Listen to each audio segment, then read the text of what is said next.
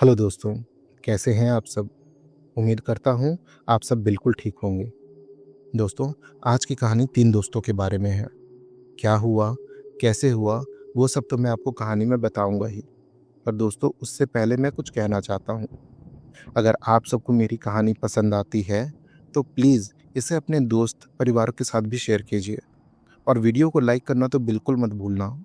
अगर आप चैनल पे नए हैं और मेरी वीडियोज़ को पहली बार देख रहे हैं, तो प्लीज़ सब्सक्राइब तो ज़रूर कर लीजिए, ताकि एक से बढ़कर एक कहानी अब तक आ सके।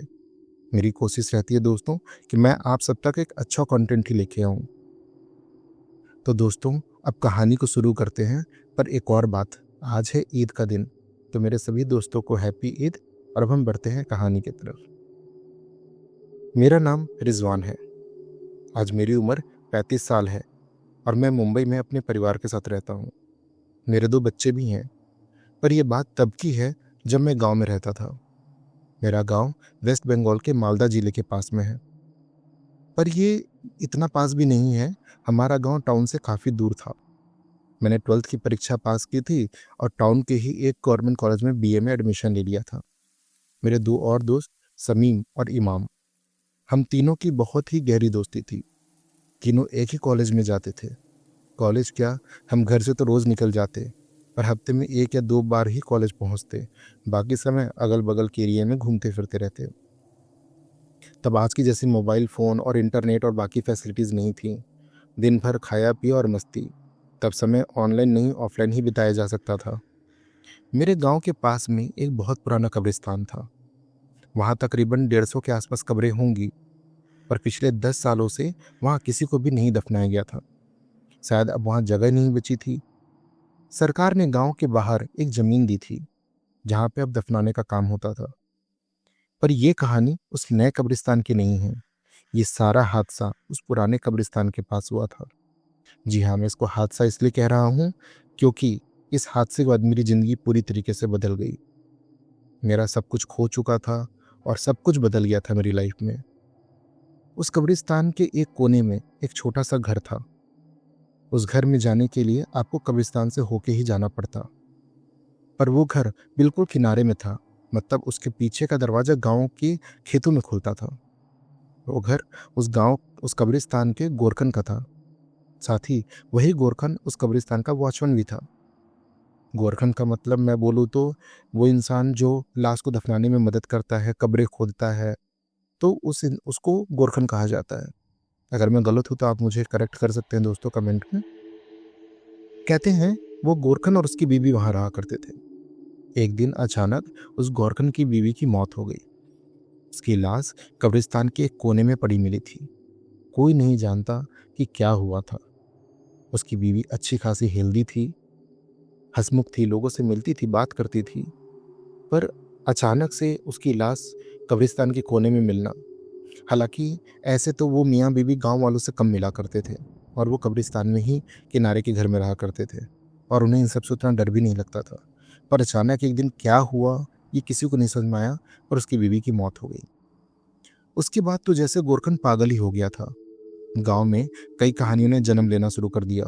आप समझ सकते हैं कि अगर किसी गांव में किसी अच्छी खासी महिला की मौत ऐसे कब्रिस्तान में हो जाए, उसकी लाश मिले, तो ना जाने कितनी बातें बनती हैं। भूत प्रेत जिन्नात से लेके तरह तरह की बातें। अब इस बीच एक दिन उस गोरखन की भी मौत हो गई, क्योंकि वो अपनी बीवी के मरने के बाद से बहुत सदमे में था। वो अपने ही घर में मरा पड़ा मिला था, उसकी लाश उसके ही घर में मिली थी। उसके उसके बाद कुछ सालों तक तो वहाँ लाशें दफनाई गई, मतलब उस कब्रिस्तान का यूज़ होता रहा। पर फिर नई ज़मीन अलॉट होने के बाद उस कब्रिस्तान के गेट पे बहुत बड़ा ताला लगा दिया गया। अब तक गाँव में एक कहानी बहुत मशहूर हो चुकी थी कि कब्रिस्तान में जिन्नात रहते हैं और साथ ही उस कब्रिस्तान में उस गोरखन की बीवी की रूह घूमती है। पर हम तीनों दोस्तों को किसी भी बात से कोई फ़र्क नहीं पड़ता था। हम तो सब देखना चाहते थे और जानना चाहते थे। एक दिन की बात है, हम तीनों घर से साइकिल पे कॉलेज के लिए निकले, पर रास्ते में मन बदल गया और गांव के पास वाले तालाब पे जाके बैठ गए। तभी बातों बातों में इमाम ने उस कब्रिस्तान की बात छेड़ दी। अब ये डिस्कशन होने लगा कि क्या सच में वहाँ जिन्नात हैं और वो गोरखन की बीवी क्या सच में वहाँ घूमती है, मतलब उसकी रूह भटकती रहती है।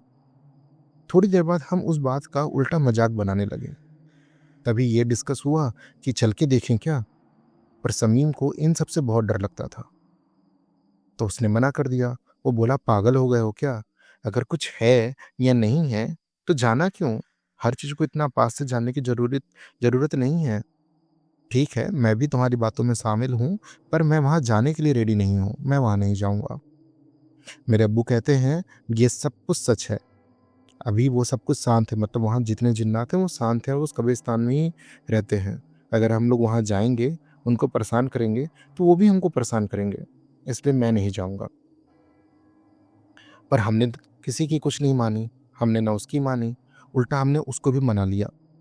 अब मैं, समीम और इमाम वहाँ जाने के लिए तो तैयार हो गए। अब ये डिसाइड हुआ कि शाम की नमाज से पहले उस घर को देखने चलेंगे और देखकर समय से वापस आ जाएंगे। यूजली क्या था कि गांव में किसी भी बच्चे को उस कब्रिस्तान की तरफ जाना खेलने के लिए या उस घर की तरफ जाना मना था, इसलिए कोई बच्चा जाता भी नहीं था। और इन सब कहानियों से सब बच्चे या हम सब लोग को कहीं ना कहीं मन में वो बात थी और डर भी लगता था, तो उधर कोई हम लोग कभी गए नहीं थे। हम सब में घर से 4:30 बजे निकल गए, पर समीम बहुत लेट था। उसके आते आते तक 5 बज गए। हम सब कब्रिस्तान में से होके नहीं गए, क्योंकि उसके गेट से अंदर जाने का मतलब है कोई ना कोई हमें देख सकता था। तो हमने गोरखन के घर के पीछे वाले दरवाजे पे जाने का सोचा। खेतों से होकर हम वहां आ गए, पर अभी भी उस घर से हम 10 कदम की दूरी पर थे। तीनों एक दूसरे को देख रहे थे कि कौन आगे जाएगा। वो घर मिट्टी का बना हुआ था, जिसपे खपड़ैल की छत थी। घर की कंडीशन बहुत बुरी थी, ऐसा लगता था जैसे कभी भी ये ढह जाएगा। आसपास बहुत घास बड़ी हुई थी। उस घर के पीछे एक दरवाजा था और साथ ही एक खिड़की भी थी, मतलब जिस तरफ से हम उसको देख रहे थे खेतों में खड़े होके, एक दरवाजा था जो कि पीछे की ओर खेतों में खुलता था और एक खिड़की थी। वो खिड़की बिल्कुल टूटी फूटी सी थी, मतलब ऐसी कि उस खिड़की से कोई भी अंदर जा सकता है और कोई भी बाहर आ सकता है। अब तक काफी शाम हो गई थी। समीम अभी भी आगे जाने के लिए रेडी नहीं था, उसे बहुत डर लग रहा था। उसने बोला, भाई अंधेरा हो गया है, अब्बू शाम की नमाज तक घर आने के लिए बोलते हैं, कहते हैं जिन्नात धरती पर आ जाते हैं, चलते हैं ना, क्या करना है इस टूटे घर को देखकर। पर तब तक इमाम घर की खिड़की पर चला गया और खिड़की से अंदर की ओर झांक रहा था। मैं और समीम उसको देख रहे थे। यहाँ मैं सच बोलूं तो मैं भी कहीं ना कहीं बहुत डरा हुआ था। मैंने धीमे से ही पूछा, इमाम, इमाम, क्या है अंदर? उसने अंदर देखते हुए ही हाथों से इशारा करके मुझे अपने पास बुलाया। मैं भी वहां गया और मैं अंदर की ओर देखने की कोशिश कर रहा था। अंदर सब कुछ टूटा फूटा पड़ा हुआ था। एक चूल्हा था जिसमें आखिरी बार खाना बना होगा, तो आधी जली हुई लकड़ी पड़ी हुई थी। कहीं ना कहीं कुछ धूल से सने हुए गंदे कपड़े पड़े हुए थे। एक दरवाजा था जो अंदर किसी कमरे में जाता था। तब तक जब समीम भी वहां पर आ गया। वो जैसे ही खिड़की पर गया और अंदर की ओर देखा, एक झटके में पीछे की ओर हट गया और उसके चेहरे का रंग उड़ गया था। इमाम उसके पास जाके पूछने लगा, क्या हुआ भाई, बड़ा फट्टू है तू, क्या हुआ बता ना। पर उसके चेहरे का रंग उड़ चुका था। अभी खिड़की पर सिर्फ मैं था। मैंने दोबारा अंदर देखा तो मैंने देखा एक आदमी जिसकी जिसने काले रंग की चादर ओढ़ रखी थी, और वो कमरे के दरवाजे से, जो अंदर एक दरवाजा था, उस दरवाजे से मुझे झांक रहा था और मुझे ही देख रहा था। उसके चेहरे पे कुछ भी नहीं था, मतलब कुछ भी नहीं। सामने से देखकर मेरे तो होश उड़ गए। मैं वहां से तुरंत पीछे की ओर हट गया और भागकर खेतों में आ गया। तब तक इमाम और समीम भी भागकर आ गए। मैं बिना कुछ बोले वहां से भागने लगा। उस वक्त मुझे कुछ भी समझ में नहीं आ रहा था। ऐसा लग रहा था जैसे मेरा सर फट जाएगा, ना रोया जाए, ना हंसा जाए, ना कुछ बोला जाए। समीम को तो जैसे सदमे में ही चला गया था, वो कुछ भी नहीं बोल रहा था, वो बिल्कुल शांत था। इमाम हम तीनों को लेके उस घर से काफी दूर खेतों में आ गया और हम तीनों मेड़ पर बैठ गए। तभी इमाम ने जोर से चिल्लाया, क्या हुआ, कोई कुछ बोलेगा, क्या देख लिया तुम लोगों ने? उसका चिल्लाना सुन के समीम रोने लगा। उसे रोता देख के मेरी भी आंखों से आंसू निकलने लगे। अब तक इमाम का गुस्सा आसमान पर था। वो बोला, तुम लोग कुछ बोलोगे कि मैं जाकर देख कर आऊं? मैंने बताया कि वहां दरवाजों के पीछे से कोई झांक रहा था। वो काले रंग के कपड़े में था और उसके चेहरे पे कुछ भी नहीं था। मैंने आज तक ऐसा कुछ भी नहीं देखा था। ये सुन के इमाम मुझे ऐसे देखने लगा जैसे मैं झूठ बोल रहा हूँ, और मैंने उसका हाथ पकड़ लिया कि नहीं भाई, वहाँ मत जा। मैंने समीम से पूछा, भाई तूने भी उसी को देखा ना? उसने रोते हुए नामे सर हिलाया और बोला, नहीं भाई, मैं जैसे ही अंदर देखा तो वहाँ जमीन पे एक औरत की लाश पड़ी थी और उसके बगल में एक आदमी काले कपड़े को ओढ़े हुए बैठा हुआ था। जब वहाँ कोई नहीं रहता तो वो लाश किसकी थी, और वो आदमी कौन था? इमाम को अभी भी हमारी बातों पे विश्वास नहीं हो रहा था। समीम ने भी उसे बहुत सुनाया कि सब सब कुछ तेरे कारण हुआ है, तू ही हमें यहाँ लाया था ना, अब अल्लाह जाने आगे क्या होगा। इमाम ने बोला, कुछ नहीं होगा, और वहाँ कुछ भी नहीं था, तुम दोनों पागल हो गए हो, चलो अब घर, अंधेरा होने वाला है। तीनों अपने अपने घर चले गए। उस रात 3 बातें हुई, एक मेरे साथ, एक समीम के, और एक इमाम के साथ। उस दिन घर आके मैंने ना खाना खाया ना किसी से कुछ बोला और सीधा अपने कमरे में जाके सो गया। मुझे बार बार उस काली सी परछाई, या कहूँ तो उस आदमी का चेहरा याद आ रहा था। डर से मैं मेरे कमरे का दरवाजा बंद कर लिया और लेट गया। अब तक मेरे घर वालों को कुछ भी नहीं पता था। रात अचानक मेरी नींद खुली। समय का नहीं पता, पर आधी रात बीत चुकी होगी। मैं बिस्तर से पड़े पड़े ही कमरे में इधर उधर देख रहा था कि मैंने देखा मेरे कमरे का दरवाजा, जो मैं अंदर से बंद करके सोया था, वो अपने आप थोड़ा सा खुल गया। मैं उधर ही देख रहा था और ऐसा लगा जैसे कोई उस गैप, दरवाजे और चौखट के गैप से अंदर की तरफ झांक रहा हो। मुझे दिन वाला मंजर याद आ गया। जब तक मैं कुछ बोलता, ऐसा लगा जैसे मैं बेड पे ही जम गया हूँ। बस मेरी आंखें सब कुछ देख रही थी। मैंने देखा, ये वही था, काले कपड़े को ओढ़े हुए एक आदमी। इस वक्त मुझे उसका चेहरा नहीं दिख रहा था क्योंकि कमरे में थोड़ा अंधेरा था, पर मैंने उसे बिल्कुल अपने पास तक महसूस किया। और मुझे नहीं पता इसके बाद मेरी आंखें कब बंद हो गई। इसके बाद मुझे कुछ भी याद नहीं है। जब मुझे होश आया तब मेरे छोटे भाई ने बताया कि उस रात अम्मी आई थी आपके कमरे में आपको देखने के लिए, तो आपके कमरे का दरवाज़ा खुला था और साथ ही घर के पीछे का दरवाज़ा भी खुला था। आपको बहुत ज़्यादा बुखार था। अम्मी ने तुरंत अब्बू को बुलाया और आपको कुछ दवा दी गई थी, पर आप होश में ही नहीं आ रहे थे। मैं 2 दिन तक बेहोश पड़ा था। अब्बू ने मस्जिद से किसी मौलवी जी को बुलाया था और उन्होंने बताया कि आपके बेटे पे एक जिन का साया आ गया है। मौलवी जी ने बताया कि ये जिन्नात उस कब्रिस्तान में रहता है और उन्होंने अभी उसे भगा दिया है। आप उस कब्रिस्तान वाले घर में क्यों गए थे भैया? आपको पता है भैया, 2 दिन तक आपकी आंखों में काली वाली पुतली नहीं थी, ये बिल्कुल सफ़ेद हो गई थी, और आपने अब्बू और अम्मी को बहुत गंदी गंदी बातें बोली हैं, साथ में अब्बू को मारा भी है। मैं सब कुछ सुन रहा था और बहुत शर्मिंदा था, इतना शर्मिंदा कि मैं अपने छोटे भाई से नज़रें नहीं मिला पा रहा था। मैं और कुछ पूछता तब तक अम्मी आ गई और मेरे भाई को देखते हुए आंखों से इशारा करके उसे बाहर जाने के लिए बोल दिया। अम्मी ने बोला, रिजवान, जो कुछ भी हुआ उसके बारे में हम बाद में बात करेंगे, पर तुम इस घर से बाहर नहीं जा सकते हो, अभी खतरा टला नहीं है। मौलवी जी ने सिर्फ तुम्हें उससे अभी थोड़े दिनों तक बचा के रखा है, अगले 14 दिन तक तुमको उससे सतर्क रहना है। तुम इस घर से बाहर नहीं जा सकते और ना ही किसी से मिल सकते हो। तुम्हें नहीं पता है तुम कैसे बचे हो या तुम्हारी हालत क्या थी, हम सब ने क्या क्या झेला है। मुझे सबकी बातें बड़ी अजीब सी लग रही थी, क्योंकि मुझे कुछ भी याद नहीं था। ऐसा लग रहा था जैसे सब बातों बातों में मुझसे कुछ छिपा भी रहे हैं। मैंने मेरे छोटे भाई को वापस बुलाया और बोला, जरा समीम को तो बुला ला, मुझे उससे कुछ बात करनी है। मेरे छोटे भाई ने बताया कि समीम भैया तो गांव में नहीं है, वो अपनी खाला के यहाँ गए हुए हैं। और जैसे ही इमाम के बारे में पूछने को हुआ तब तक अम्मी फिर आ गई, बोली, किसी से नहीं मिलना है, बोला ना। मैं वापस शांत हो गया। ऐसा नहीं था कि मैं ठीक हो गया था, मुझे अभी भी रात होते ही बहुत डर लगता था। अगर मेरे आसपास कोई ना हो तो मुझे घबराहट होने लगती थी। ऐसे अब मेरी अम्मी मेरे कमरे में ही सोती थी और टाइम से 5 वक्त की नमाज पढ़ती थी मेरे ही कमरे में। इतना होने के बाद भी मुझे ऐसा लगता था जैसे हर वक्त कोई मुझे देख रहा है। मुझे हर वक्त ऐसा लगता कि किसी कोने से कोई दरवाज़ा अगर खुला रह जाए तो ऐसा लगता वहाँ से कोई मेरी तरफ ही देख रहा है। वो 2 आंखें मुझे हर वक्त खोजती रहती थी। मेरे अंदर डर ने अपना घर बना लिया था। मैं कभी भी कमरे में अंधेरा नहीं होने देता था और ना ही अकेले रहता था। 14 दिन बीत जाने के बाद जब मैं सो रहा था, उस रात मैंने सपने में देखा कि वो काली परछाई मेरे घर से निकलकर वापस उस कब्रिस्तान में जा रही है। दूसरे दिन सुबह होते ही मुझे बहुत हल्का हल्का सा महसूस होने लगा। मैं अपने अम्मी अब्बू के पास गया और उनको रात के सपने के बारे में बताया। सपने के बारे में सुनकर दोनों बहुत खुश हो गए। उनको कहीं ना कहीं इस बात का विश्वास हो गया कि शायद अब ये बला टल चुकी है। तो उसके बाद मुझे सबसे पहली बार वो मस्जिद लेके गए और फिर वहाँ से पास के एक पीर बाबा की दरगाह पर। ये शायद मेरी अम्मी की कोई मन्नत थी जिसे वो पूरा करना चाहती थी।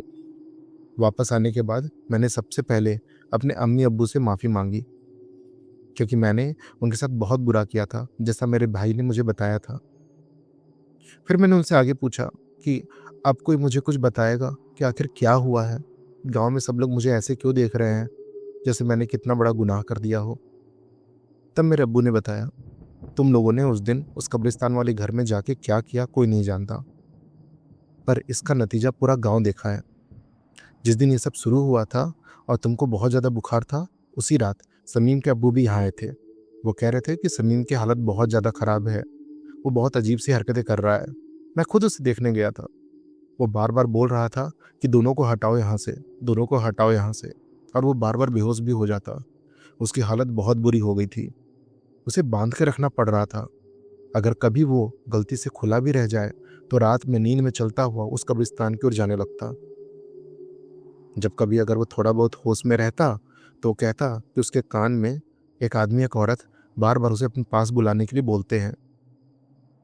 एक रात उसने अपने सारे बाल खुद के ही हाथों से नोच दिए और खुद के ही दांतों से अपने नाखून को उखाड़ने लगा था। तब उसके घर वालों ने जैसे तैसे उसे संभाला। किसी मौलवी ने बताया कि अगर वो यहाँ रहा और इसी गांव में इसका इलाज हुआ तो कभी ठीक नहीं होगा, उसको यहाँ से बाहर लेके जाना होगा।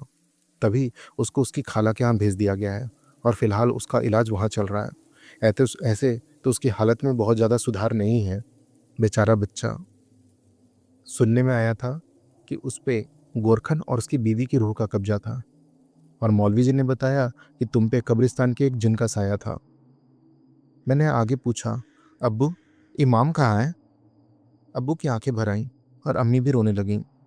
अब्बू ने बोला, अब वो इस दुनिया में नहीं है बेटा। इतना सुन के मेरे पैर के नीचे की जमीन खिसक गई। मैं कुछ भी समझा नहीं। मैंने बोला, नहीं है, वो दुनिया में नहीं है, इसका क्या मतलब है अब्बू? उन्होंने बोला, हाँ बेटा यही सच है, अब वो इस दुनिया में नहीं रहा। उन्होंने बोला, कोई भी कुछ नहीं जानता ये सब कैसे हुआ, क्या हुआ। जिस रात तुम बेहोश हो गए थे उसी रात इमाम गायब था। दूसरे पूरे दिन सब उसे खोजते रहे। अगले दिन शाम में लोग खोजते हुए वहीं उस कब्रिस्तान वाले घर तक जा पहुंचे तो देखा कि वो गोरखन के घर का दरवाजा खुला पड़ा है, और जब अंदर गए तो वहां उसकी लाश पड़ी थी। किसी की लाश एक दिन में ऐसी नहीं हो सकती जिस हालत में वो मिला था। उसके शरीर में खून की एक बूंद नहीं थी। वो सूख के सफेद पड़ गया था। पूरा गांव सदमे में था। उसके अम्मी अब्बू उसके उसको दफनाने के बाद यहाँ से चले गए। उनसे इस गांव में रहा नहीं जा रहा था। मेरे होश उड़ गए थे। मेरे सारे दोस्त एक बार में मुझसे बिछड़ गए। मैं उस दिन को कोसने लगा जिस दिन हम सब वहाँ गए थे। मेरे अब्बू ने मुझे इस गांव से बाहर भेजने का मन बना लिया था। मेरे कलकत्ता जाने की तैयारी कर दी गई थी। मैं समीन से मिले बिना यहाँ से नहीं जाना चाहता था। जिस दिन मुझे गांव से जाना था उसके एक दिन पहले शाम में खबर आई कि समीम भी नहीं रहा। वो अपनी मानसिक हालत पूरी तरह से खो चुका था। वो पागल हो गया था और उसने खुद ही अपनी जान दे दी। ये सब सुन के मैं टूट गया था और बिना कुछ कहे वहाँ से आ गया। आज इतने साल बाद भी मुझे सब ऐसे ही याद है जैसे कल की बात हो। आज भी मुझे सपने में वो आदमी कभी कभी दिखता है और मैं अभी भी अंधेरे से डरता हूँ। दोस्तों, आज की कहानी कैसी लगी आपको मुझे ज़रूर बताइएगा, और अगर आप भी कोई स्टोरी मेरे साथ शेयर करना चाहते हैं तो प्लीज़ मेरे ईमेल आईडी पे अपनी कहानी मेरे साथ शेयर कीजिए। मैं उसे इस चैनल पर सुनाऊंगा। अपना ख्याल रखिएगा दोस्तों। वीडियो पसंद आई हो तो लाइक ज़रूर कीजिएगा और चैनल को सब्सक्राइब करना बिल्कुल मत भूलना। फिर मिलेंगे एक नई कहानी के साथ। तब तक के लिए जय हिंद।